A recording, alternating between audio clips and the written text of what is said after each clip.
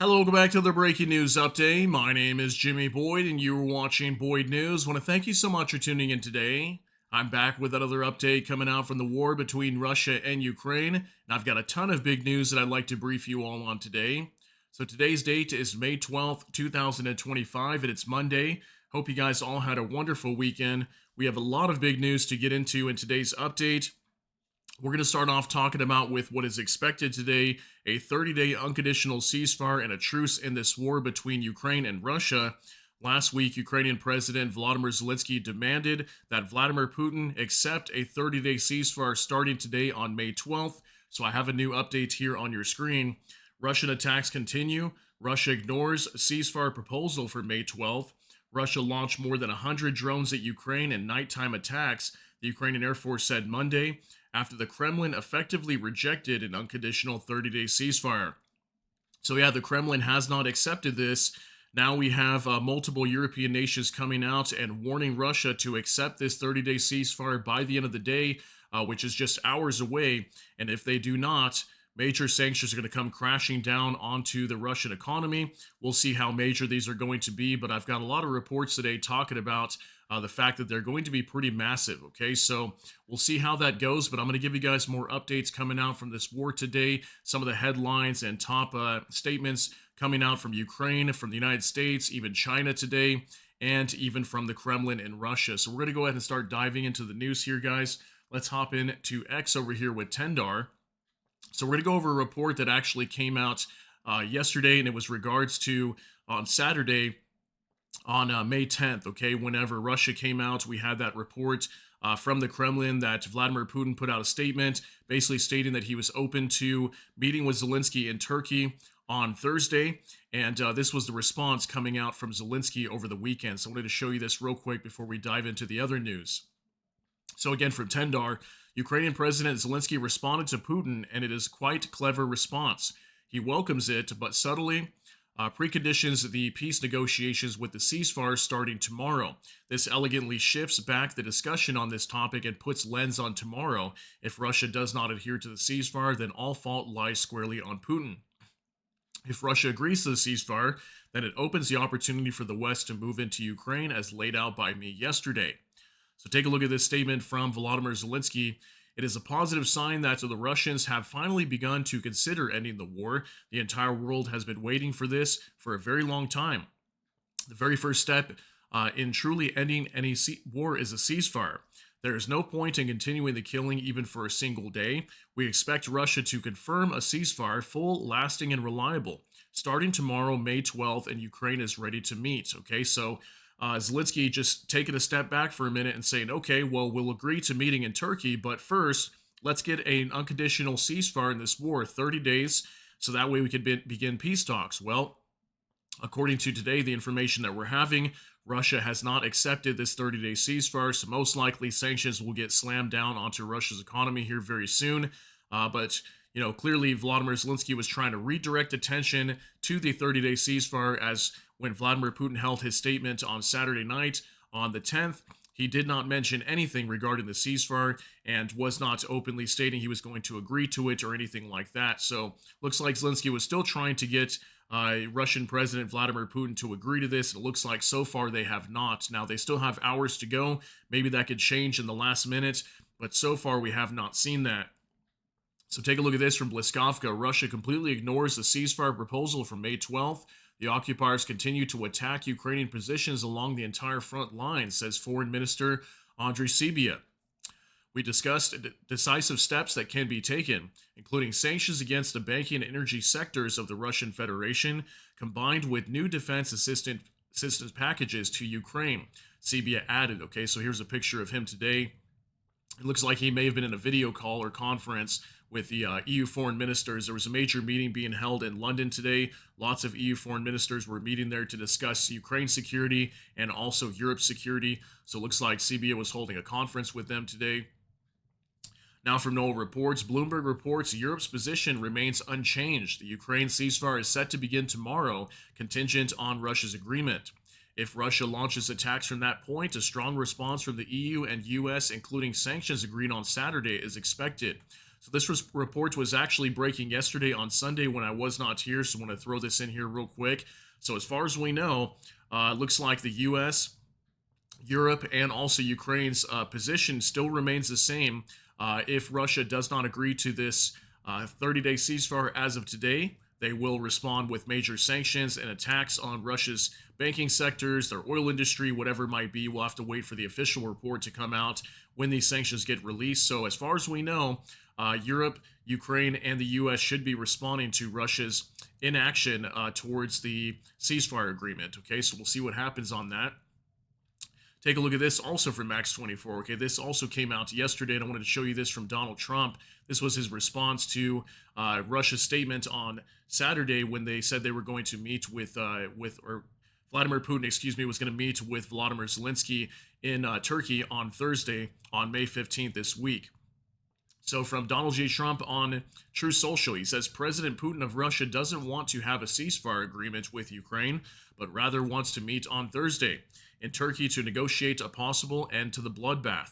Ukraine should agree to this immediately. At least they will be able to determine whether or not a deal is possible. And if it is not, European leaders and the U.S. will know where everything stands and can proceed accordingly. Starting to doubt that Ukraine will make a deal with Putin, who's too busy celebrating the victory of World War II, which could not have been won, not even close, without the United States of America. Have the meeting now.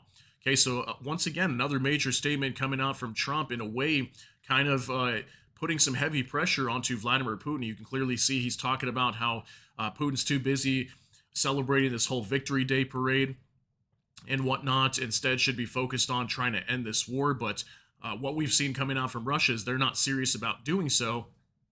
But at the end of the day, it looks like Trump here is very happy that Zelenskyy and Putin could possibly be meeting in Turkey this week on Thursday. And as far as I know, they should be meeting. We're still waiting for Vladimir Putin to confirm that he will be meeting Zelenskyy in Turkey. But we know that Vladimir Zelensky's come out and stated he will be there, okay?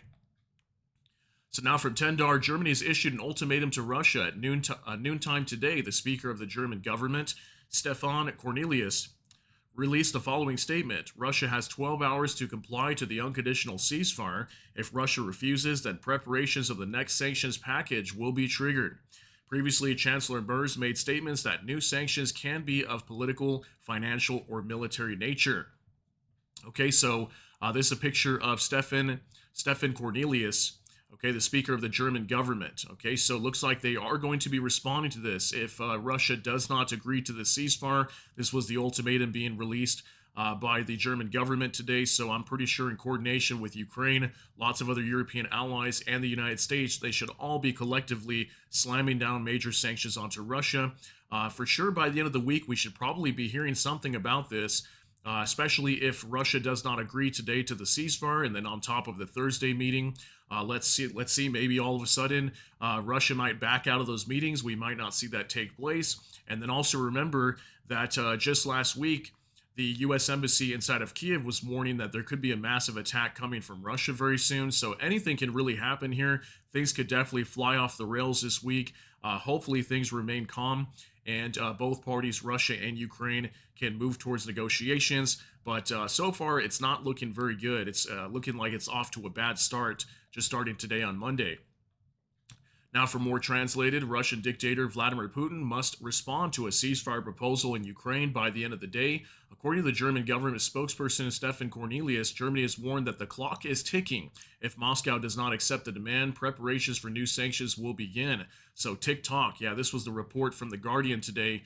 Apparently, they were stating that the clock is ticking, is what they were telling Russian President Vladimir Putin. Okay, agree to the ceasefire. If not, sanctions are coming. Now for Max 24. Putin has time until the evening. If there is no truce for 30 days, sanctions. The framework is provided. Everything is clear, okay? So even Emmanuel Macron, the French president, coming out today warning Russia to accept this 30-day ceasefire. If not, major sanctions and action is coming from Europe. Now from Nexta, Trump backs Europe's ultimatum to Putin and warns of new sanctions. Trump has privately told European leaders he'll support their 30-day ceasefire demand, and is ready to hit Russia with new sanctions if it refuses, Bloomberg reports. Okay, so like I said, even the U.S. is on board with this. Agree to this 30-day ceasefire now, or sanctions are coming. I think regardless of whether Putin and Zelensky meet on Thursday.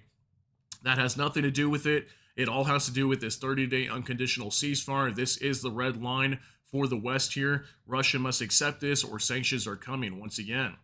Okay, now for Max 24, I know the details of the new sanctions package against Russia.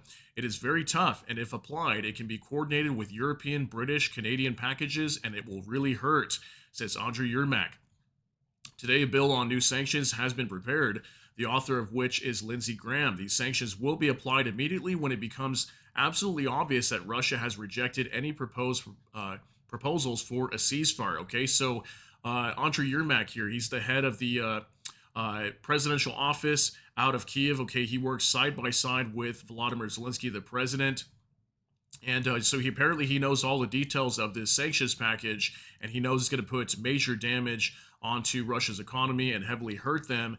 And he's also talking about the new bill of sanctions that Lindsey Graham, the U.S. senator out of South Carolina, has been proposing and to put forth in the House for many different weeks now. We've been hearing about that possibly the U.S. could put secondary tariffs on any countries, I think up to 500% tariffs, secondary tariffs for any countries who purchase Russian oil. Okay, that will definitely damage Russia's economy and force them to end this war. So I think that could highly likely be coming soon as well, on top of all these other sanctions from Europe. So be prepared for that. Now, for more translated, reports confirm that U.S. Secretary of State Marco Rubio will visit Turkey to attend an informal NATO foreign ministers meeting in Antalya, if I'm saying that right, on May 14th to the 16th. As a reminder, Putin proposed holding talks with Ukraine on May 15th in Istanbul. So this is interesting too. Looks like U.S. Secretary of State Marco Rubio will also be there in Turkey, apparently on some other types of business, but could he be there to help out in mediation and talks between Russia and Ukraine? Maybe they will, but as far as we know, Putin and Zelensky are supposed to be meeting face to face for the very first time. So this is going to be very big news that we'll hear on Thursday, which again, I think is really cool to see this, because this is actually going to be on my birthday. It's crazy. I've been covering this war for almost a year and a half now. Here on YouTube, and the end of the war could possibly be coming on my birthday, or at least the beginning of it, the start of it. So we'll see how things play out. Now, for NOAA reports, the EU has reached a preliminary agreement to approve a 17th package of sanctions against Russia on May 20th, following Monday's EU Permanent Representatives Committee meeting. The diplomat said final approval is expected at the EU Foreign Affairs Council. All right, so the EU is ready to go with these sanctions. Looks like they're just waiting on to see if Russia agrees to it by the end of the day today, which I'm thinking most likely, highly likely not. They will not accept this 30-day ceasefire. I mean, they probably would have already done so if they were serious about it, but I could be wrong. Maybe last minute Russia will come out of the Kremlin and say, we agree to this, and the sanctions will not be hammered down onto them, but the EU is ready to go. Now, from the Ukrainian Review, Kallis, we have to put pressure on Russia to really want peace and to sit down and to talk with Ukraine, she says, accusing Moscow of playing games.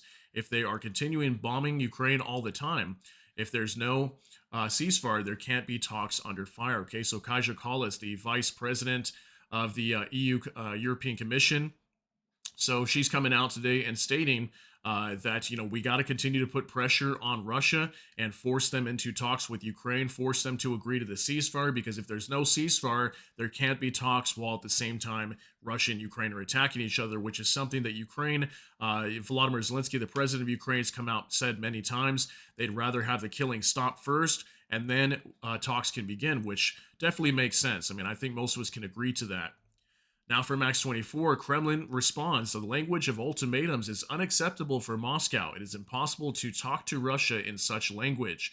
Okay, so this coming out from Dmitry Peskov today, I believe. So he's stating that there can't be any ultimatums being pushed onto Russia like that. Don't speak to us this way. Just come out, with proper dialogue. We will negotiate. But we already know how Russia, plays their games here. We've been seeing a lot of these responses coming out from Russia where they'll talk like this. On the back end, they're continuing this war. They're really not serious about ending it. We've seen that repeatedly, and I still think till this day, Russia is not ready to end this war, and I think it's going to take major pressure on Russia to, in a way, force them to end it versus doing it willingly. Now, for more translated, Peskov outlined Russia's condition for a ceasefire. Kremlin spokesman Dmitry Peskov stated that Russia would only support a ceasefire if Western arms supplies to Ukraine are halted. According to him, otherwise, it would give Kyiv an advantage amid Russia's offensive. So, at the same time, while he's calling on Ukraine to not receive any Western arms anymore, what about Russia? Isn't Russia going to continue to receive Shahed drones from Iran, continue to receive artillery shells and whatever types of weapons they're getting from North Korea as well? And then on top of that, they're going to continue producing their own weapons. So, I mean, I don't really see the difference here if Ukraine does that versus Russia. I think it should be the same, it should be equal.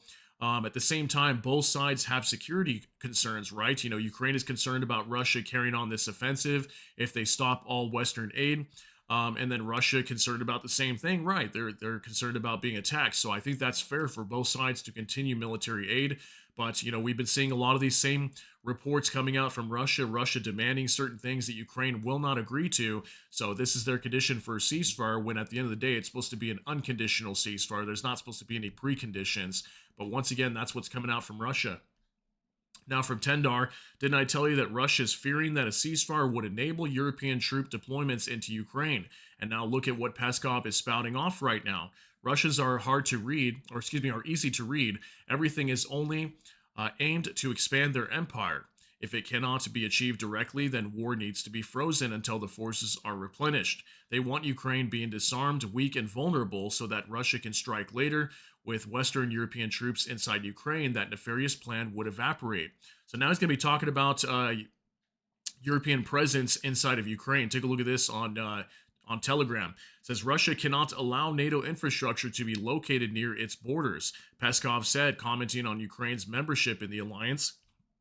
Another post down here that says Russia will not agree to the presence of European peacekeepers in Ukraine, Peskov said. Okay, this is a huge part of Ukraine's sovereignty and protecting their nation, as they want a European contingent deployed into Ukraine. So this is where Russia's stuck between a rock and a hard place right now. If they accept this 30-day ceasefire and an end to this war, NATO's going to roll into Ukraine. Okay, and if they choose not to do it, then the EU and the US is going to step up sanctions onto Russia, which is going to put heavy pressure onto their economy, force them to end this war anyway, and at some point Ukraine might receive a European contingent anyway. Okay, so once again, still preconditions coming out from Russia, which still makes me think they're not ready to end this war. Now, for more translated, Russia's focused on a serious search for ways to achieve a long-term settlement on Ukraine, says Peskov. You've been given a deadline. If you're truly committed, it's time to act, not just talk, is what War Translated said. So this was another statement from Peskov today. Even though they're coming out with all these statements and all these preconditions and everything, they're still stating that they are in a serious search for a way to achieve a long-term settlement on Ukraine. So, I mean, this could really go on forever. If it's at Russia's pace, we know they're not serious about ending this war. This could go on for 3 or 4 years, 5 years, that they continue to state they're looking for a long-term settlement. But we know at the end of the day, they want Ukraine to capitulate to Russia, to give up these 4 territories that they're still fighting for right now. That includes Luhansk, Donetsk, Zaporizhia, and Kherson regions, give up Crimea, and they want Ukraine to completely pull out of those areas and not fight for them anymore, and numerous other things we've been discussing for a while. So once again, Russia's still coming out with these same type of statements. Now, for next, Putin's peace terms: surrender Ukraine, remove Zelenskyy, hand over cities. According to the Times, if Ukraine peace talks happen, Putin will demand full capitulation, no NATO membership, Zelenskyy removed from power, hand over 4 regions, including Kherson and Zaporizhia. This comes after his strange late-night press conference in Moscow. Same old imperial wish list, just repackaged. So this was a report from the Times today, and it says Putin's words change, but not his demand that Ukraine surrenders. The Russian president offers talks with Kyiv, but translation from Kremlinese suggests he will accept no less than Zelensky's capitulation and swaths of territory. Okay, so I think this is exactly what's coming too. Once we get to these talks this week, if we do, inside of Turkey, I think Putin is still going to demand the same exact or have the same set of demands, that he has had pretty much this entire time throughout this war. Okay, we've been hearing a lot of that coming out from the Kremlin recently, pretty much all these statements right here. I think this is exactly what's coming. this week, and I could be wrong on that. But what we have seen is Russia is not willing to bend in any way and give up control of these territories or anything like that, or NATO membership, full capitulation. We already know where Russia stands. This is also why they don't want a 30-day ceasefire right now. So now from Anton Gerashenko, China supports the 30-day ceasefire proposed by Ukraine, Europe, and the United States. Chinese Foreign Ministry spokesperson Lin Jian. China's position on the Ukrainian crisis is consistent and clear. We believe that all efforts should be aimed at achieving peace, Lin Jian said at a briefing commenting on the initiative of Ukraine and partner countries. China enters the negotiation process. Okay, so this is a very big statement today coming out from China, guys, that they support this 30-day ceasefire as well. They want Russia to also agree to this. So this is China now, which is more of a supporter to Russia than they are to Ukraine. Then we've got Ukraine, we've got all of Europe, and we've got the U.S. standing up for this 30-day ceasefire and calling on Vladimir Putin. So it's really just up to Russia at the end of the day. Are they going to accept or are they not? You guys can let me know what you think down in the comment section, but that's huge for China to come out and show support for this 30-day ceasefire. Now for Max 24, Ukrainians and Russians will gather at the same negotiating table in the coming days, according to Turkish Ministry of Foreign Affairs. Russia is completely ignoring the 30-day ceasefire, Ukrainian Ministry of Foreign Affairs reported. Okay, so we're going to talk about this one here. Okay, so it looks like Turkey has confirmed that the Ukrainians and Russians will gather at the same negotiating table, most likely by Thursday. As far as we know, it's supposed to be May 15th on my birthday, and we should be seeing that happening. So it looks like Turkey coming out and confirming that today. Now for Bliskovka, the meeting between Russia and Ukraine on Thursday is very important. I insisted very strongly that it be organized. I think these talks can lead to good things, Trump said. So this was a statement of Trump today at the White House. It's an actual picture from that clip of him stating that. So he believes that good things will come from these talks on Thursday. But again, from his statement that came out yesterday on True Social, he said this is a good way to see where things stand. How Europe needs to respond if Russia is not serious about ending this war. I think by Thursday, if Zelenskyy and Putin meet, that's where we should definitely be able to understand whether this war is going to come to an end, whether it's going to continue, and how European partners and Ukrainian partners need to respond to Russia if they choose to not end this war, okay?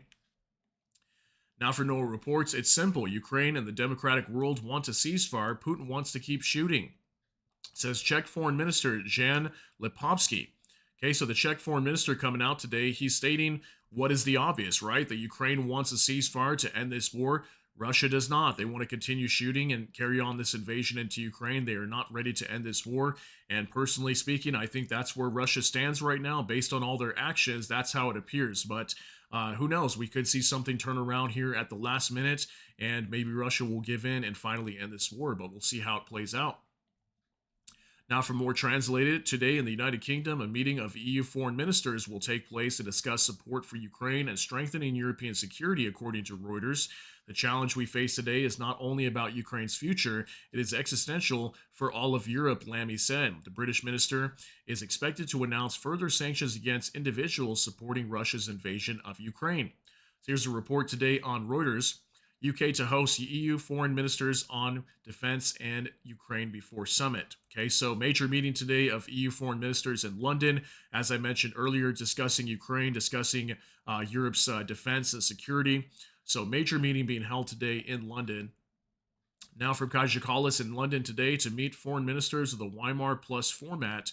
Together, we stress that Russia must agree to a 30-day ceasefire with Ukraine immediately to pave the way for talks on lasting peace. Putin should stop playing games and get serious about engaging in peace talks. Here's a picture just coming out today from London, all these EU foreign ministers that were meeting today to discuss, again, Europe's security, Ukraine's security, and how they're probably going to respond to Russia in the event that they do not accept this ceasefire by the end of the day. Probably a lot of high-level talks being held today. Now for Max 24, the Russians hit a car of energy workers in the territory of Sumy region. One person died, according to the OVA. That's like their regional administration inside of Ukraine or in that area. So yeah, Sumy region had some sort of major attack. Looks like some sort of truck or something got hit, a vehicle, and was burned out. Okay, energy workers over here. So once again, another attack on Ukraine's energy. Now, this might not be an actual energy plant, but this was energy workers. Okay, so once again, more attacks on energy infrastructure inside of Ukraine. And on top of that, this is supposed to be the day of a ceasefire that's beginning, yet we're still seeing attacks in Ukraine. So this is evidence right here that Russia is not ready for a ceasefire as of yet. Now for Max 24, today at about 5 a.m., a UAV crashed on the territory of Kamensky Chemical Plant in Kamensk, Shakhtinsky, Rostov region. The Kamensky plant produces rocket fuel for Russian MLRS and Iskander missiles. Okay, so we had a chemical plant in Kamensky, or Kamensky chemical plant that was attacked, inside of Rostov. So looks again, there's no ceasefire here is what I'm seeing. Is now Ukraine also attacking Russia. They're probably still waiting for Russia to respond. Once they hear Russia respond, we probably will not see Ukraine attacking at all into Russian territory. But looks like we did have drones going into Russia last night, as I think we had well over 100 Russian drones going into Ukraine last night as well. Now, for Bliskovka, the EU will allocate an additional 900 million euros from frozen Russian assets for the purchase of weapons and ammunition for Ukraine. This was announced by Charles Fries, I don't know if it's Fries or Fries, Deputy Secretary General of the EU External Action Service at the opening of the second Ukraine EU Defense Industry Forum. Thus, the total amount of support from the European Union will reach 3.3 billion. Wow, that's a lot of money, guys. So 900 million now also being allocated for Ukraine for the purchase of weapons and ammunition, okay, using frozen Russian assets. So the EU coming out with another major package for Ukraine today. Now for Bliskovka, Zelenskyy had his first conversation with Pope Leo, and it says that they discussed a just peace, the return of children captured and deported by Russia.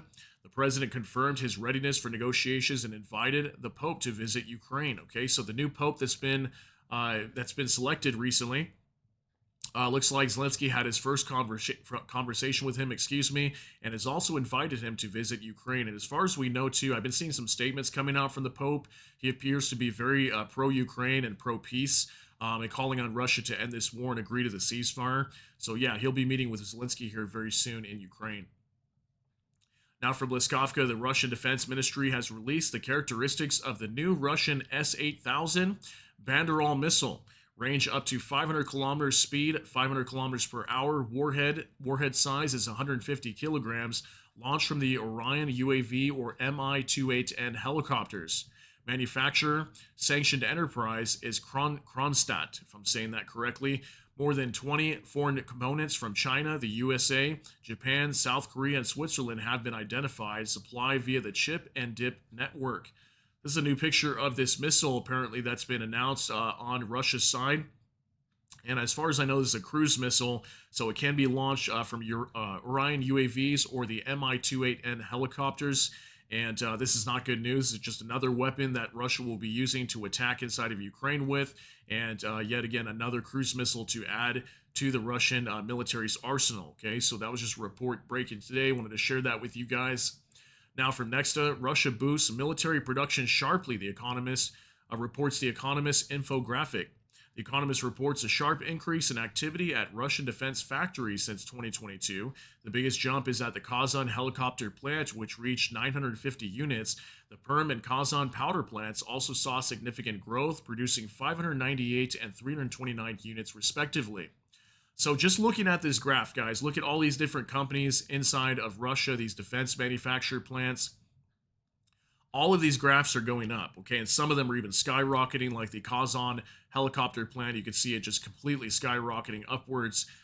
This is a sign right here that Russia's also not ready to end this war. I mean, if they're massively producing military hardware inside of their nation, and then on top of this, this is where their economy is converted into right now. They're in a wartime economy, guys. So if they were to just completely collapse all these production numbers, and when their economy has been shapeshifted to be able to produce all these weapons, imagine what kind of damage and volatility that will create inside of the Russian economy if they happen to shut all these plants down and start reducing their numbers big time. So this is, to me, more evidence that Russia's not ready to end this war, and they're ready to carry on maybe even new invasions into Europe at some point. This has been something that's been warned about by multiple European nations and top leaders around the world for a long time now.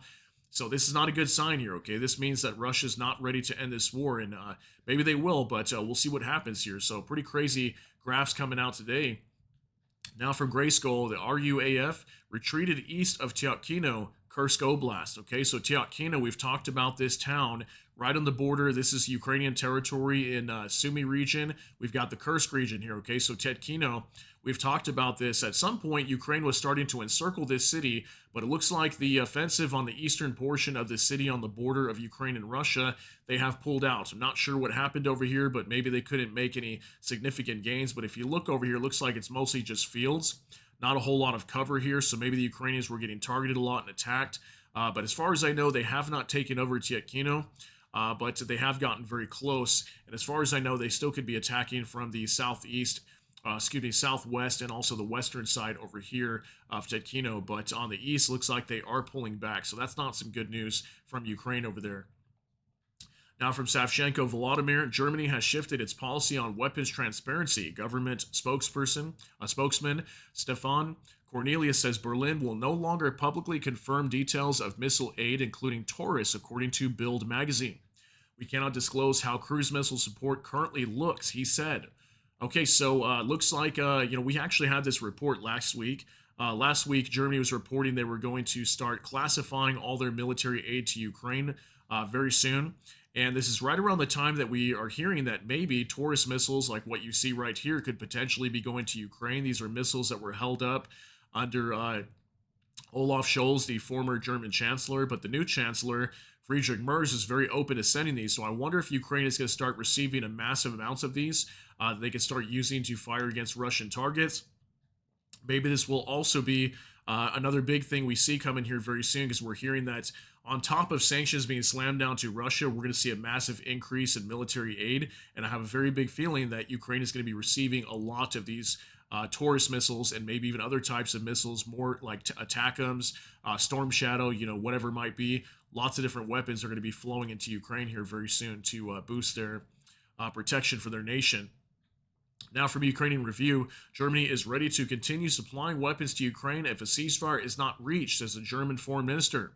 Okay, so the new foreign minister out of Germany stating they're ready to continue supplying weapons to Ukraine if we happen to not see a ceasefire. This is what I'm talking about. I think we're going to see a massive influx of weapons flowing into Ukraine here very soon, probably starting within the next week if Russia does not agree to the ceasefire today. So today is a very big day and will determine, the start to the end of this war. And, maybe this will engage or help the talks in Turkey this week to make it easier for Ukraine and Russia to negotiate. But again, as far as I see here, Russia is not ready to end this war, and it's not a good sign, especially with these upcoming talks in Turkey on Thursday. So now for NOAA reports, Ukrainian air defense team shot down 55 Shahed drones and landed another 30 drone simulators out of the 108 launched in total. Okay, so 108 drones going into Ukraine last night. Looks like at least 55 shot down, another 30 probably suppressed by electronic warfare. So more than half being taken down last night. And we did not have too many explosions inside of Ukraine from what was reported. So that's probably a good indication here of what we see, that most of them were shot down or brought down by electronic warfare. Finally, our last update of the day for the Kyiv Independent. These are the indicative estimates of Russia's combat losses as of May 12th, according to the armed forces of Ukraine. In our final update of the day, guys, Russia's losses as of May 12th, 1,170 troops, 27 AFVs, 171 vehicles and fuel tanks, 8 tanks, 48 artillery systems, 141 UAVs, and 3 anti-aircraft warfare systems, and 6 special equipment. Okay, so right off the bat, what I'm seeing here, this is on the day that we should be seeing a ceasefire between Ukraine and Russia. These are some of the highest numbers. They're not extremely high, but some of the highest numbers that we have seen over the last week. Okay, so troop numbers down just slightly, but still right around 1,200, but 27 AFVs, a lot higher than usual. We've been seeing probably 3 to 5 here. Same with tanks. Tank numbers going up just a little bit higher, closer to 10. Vehicles and fuel tanks up pretty high. We've been seeing more closer to around 100 over the last week. And on the day of the expected ceasefire, these numbers are jumping up a lot. I mean, artillery systems about average 40 to 60 is what we see. And then usually we see nothing over here. 3 anti-aircraft warfare systems being destroyed. I know a TOR M2, I think is what they call that. An anti-aircraft warfare system was destroyed down close to Crimea, I think, just over the last night. And 6 special equipment. Okay, so lots of equipment destroyed on the Russian side over the last 24 hours, despite what's supposed to be a ceasefire between Ukraine and Russia. Okay, guys, so lots of news coming out and a lot of big stories that I need to follow and try to keep you guys updated on. And I'll try my best to give you guys as much news we possibly can, as things could change on a dime here, and really anything can happen. I mean, expect Russia to come in and agree to this last minute.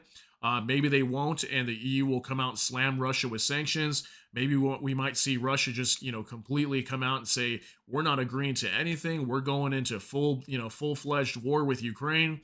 They start hammering Ukraine with Oreshniks or whatnot. We've been hearing about that recently over the last week, that Russia might launch some sort of massive air attack, potentially with Oreshnik intermediate range ballistic missiles. And also, as far as we know, I think today and tomorrow, the Kapustin Yar rocket launch facility in Russia is going to be closing their airspace, possibly indicating the launch of ballistic missiles. Okay, so just be ready for really anything to come out from this war, guys. I'm going to continue to monitor things, but let me know what you think about all these details down below in the comment section. That's going to be it for today's update. If you got something out of this, please smash that like button. Also, if you enjoy my content, please consider subscribing down below. Hit the notification bell. That way YouTube can notify you. And with that, hope you all have a great day. Everybody take care and God bless. And we'll see you in the next one.